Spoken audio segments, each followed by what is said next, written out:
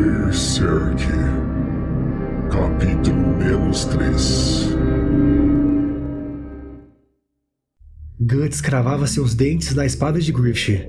Griffith tentava movê-la, no entanto, Guts estava pressionando seus dentes contra ela com uma força absurda, tão forte que sangue começava a escorrer entre seus dentes. Guts firmava suas mãos no cabo da sua espada e, utilizando o peso do seu corpo, movia bruscamente sua espada para frente. Com isso, Griffith se desequilibrava e era arremessado para trás. Lentamente, Guts e Griffith caíam e rolavam morro abaixo.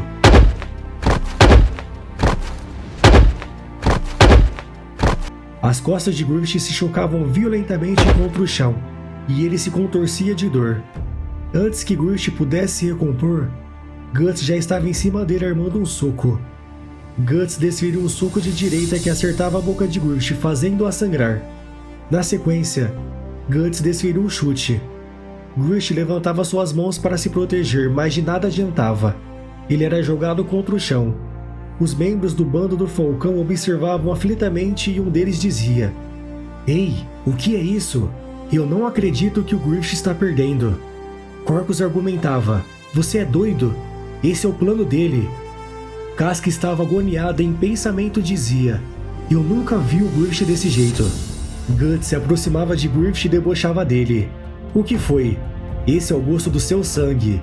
Com esse roxinho provavelmente nunca apanhou, certo?" Utilizando sua mão esquerda, Griffith tentava se levantar, enquanto levava sua mão direita na sua boca para limpar o sangue que escorria. Griffith conseguia ficar de pé, e ao vê-lo desprotegido, Guts avançava e armava outro soco. Naquele momento ele pensava: "Você está acabado agora."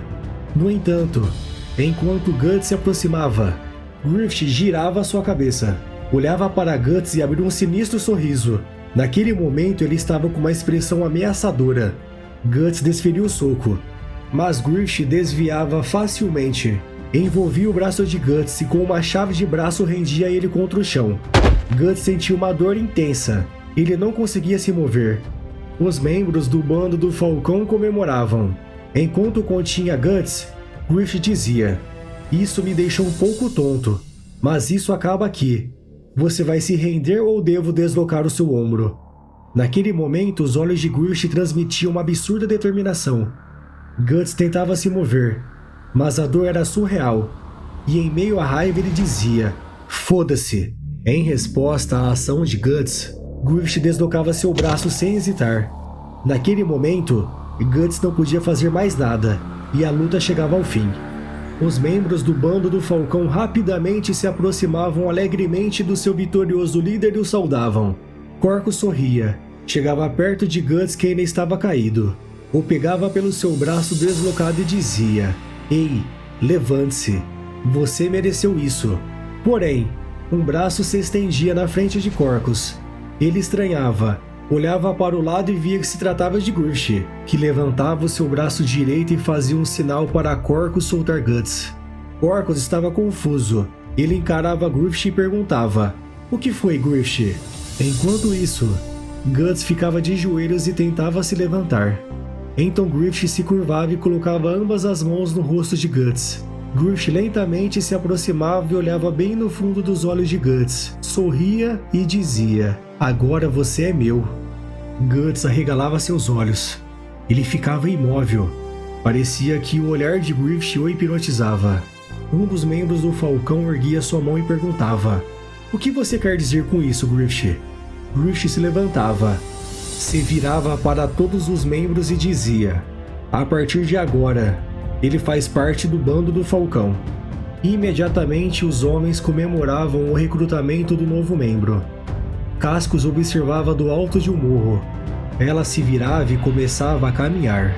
Ela estava insatisfeita com tudo aquilo, e enquanto caminhava pensava: "O Griffith nunca disse aquelas palavras para ninguém.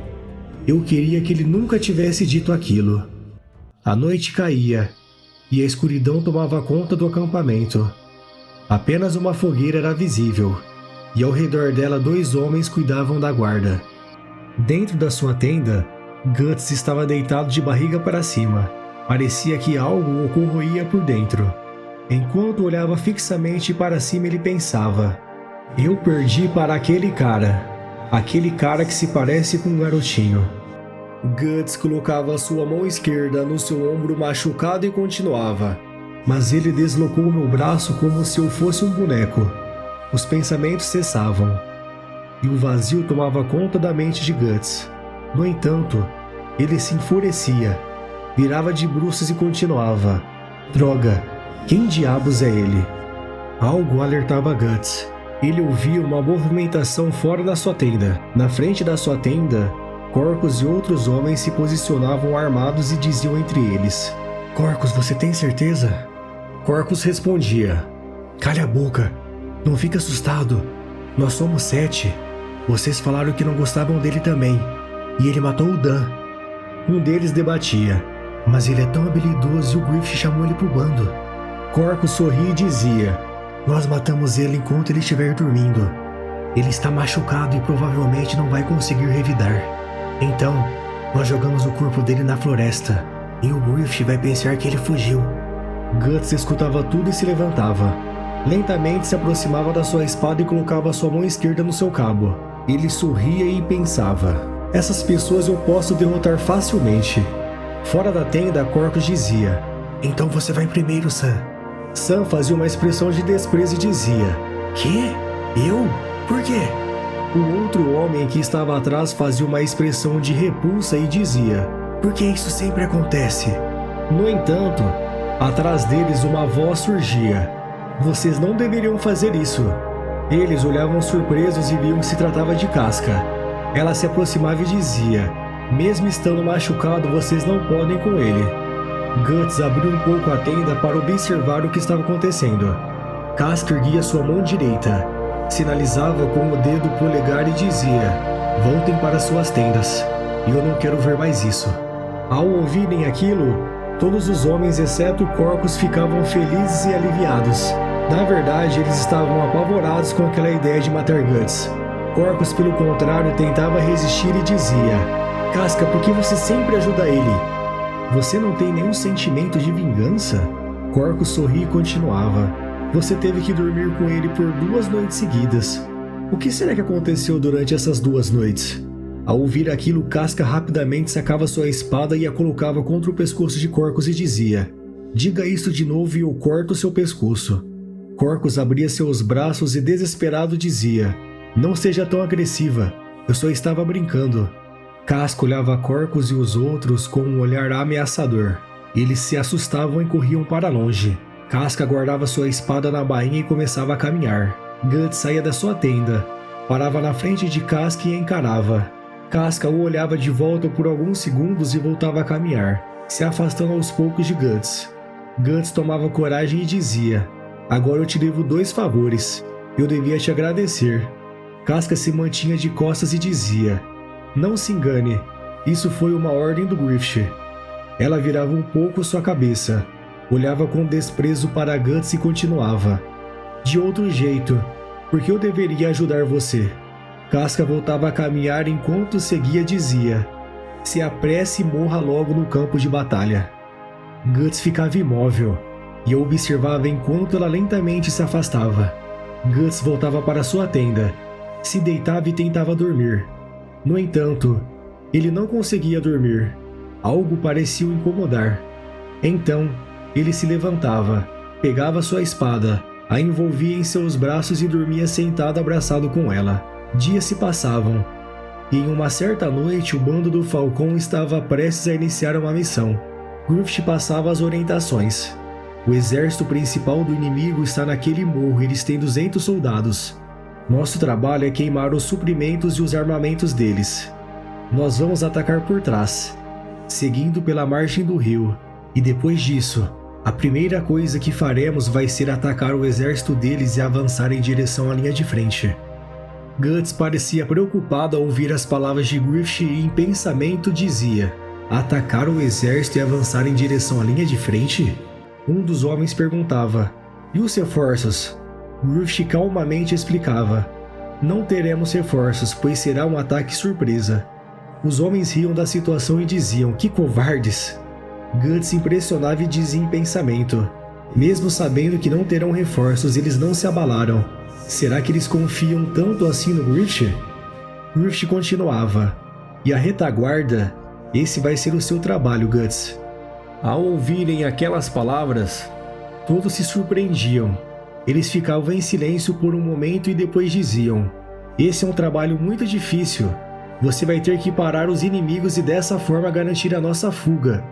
Griffith sorria levemente e continuava: embora só tenha um caminho de fuga pela floresta, você vai ter que tomar cuidado com os soldados que vão te perseguir. As chances de você morrer são altas. Você acha que pode fazer isso, Guts? Guts simplesmente lhe perguntava: isso é uma ordem? Griffith sorria e dizia: sim, é uma ordem. Os membros do Falcão conversavam entre eles sobre aquela decisão de Griffith. Qual é a intenção do Griffith? Provavelmente ele quer testar ele da pior maneira possível. Com certeza ele vai morrer. Casco observava silenciosamente e dizia em pensamento: essa pode ser uma tarefa muito arriscada, mas ela é muito importante. Ele não está fazendo isso como um teste. O Griffith realmente confia nele.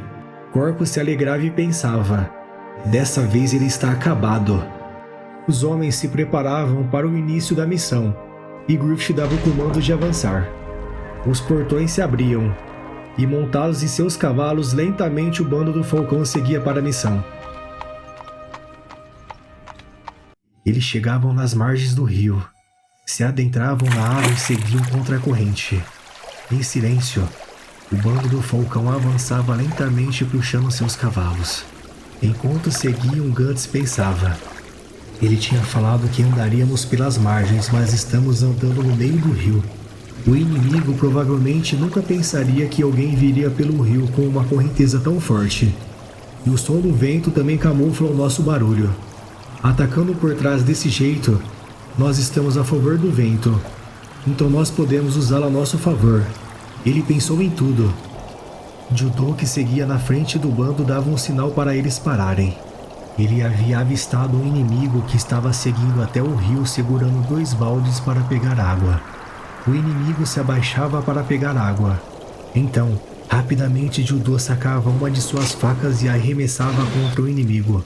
A faca atingia bem o seu pescoço. Sua morte era instantânea e ele caía nas margens do rio. O caminho estava livre e um a um os membros do Falcão saíam do rio. No acampamento inimigo, 4 homens estavam de guarda protegendo as tendas de suprimentos e armamentos. E mais à frente, outro soldado estava de sentinela vigiando a floresta. O sentinela se envolvia em um cobertor e dizia: que frio! Que péssima noite para ficar de vigia! Nem os lobos sairiam em uma noite como essa. No entanto, bem no fundo da floresta ele avistava luzes. Aos poucos as luzes se aproximavam, e da mais profunda escuridão um grupo de soldados surgia. Era o bando do Falcão. Imediatamente o sentinela se levantava. Ele entrava em choque. Não conseguia acreditar que eles estavam sendo atacados por trás. Rapidamente o bando do Falcão avançava. Ao ver aquela grande quantidade de soldados vindo na sua direção, o sentinela imediatamente começava a correr na direção contrária. Ele precisava alertar o seu exército sobre a invasão. Em poucos segundos o bando do Falcão alcançava o sentinela, mas nada faziam contra ele. Simplesmente o ignoravam e se dirigiam até as tendas de suprimentos e armamentos. Afinal, esse era o objetivo da missão. O sentinela gritava: ataque inimigo! Os homens que guardavam as tendas se preparavam para o combate, mas eram facilmente abatidos.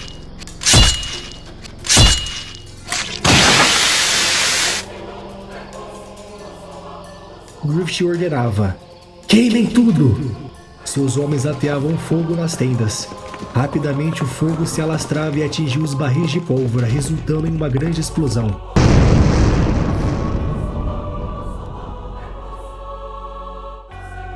Com isso, o objetivo do bando do Falcão estava concluído.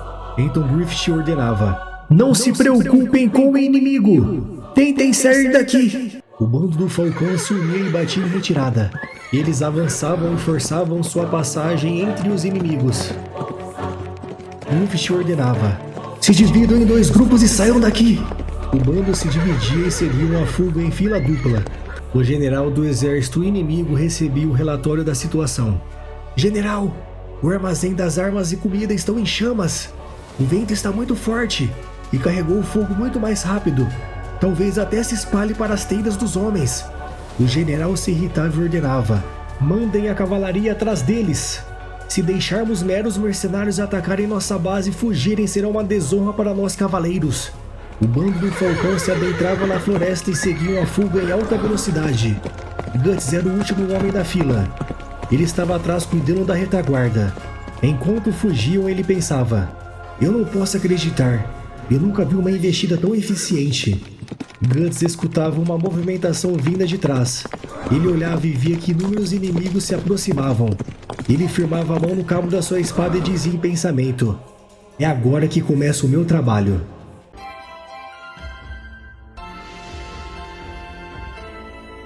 Então esse foi o vídeo de hoje, galera. Muito obrigado por ficarem comigo até o final. Se gostaram do conteúdo, peço por gentileza que curtam o vídeo e se inscrevam no canal. Um forte abraço, fiquem com Deus e até a próxima.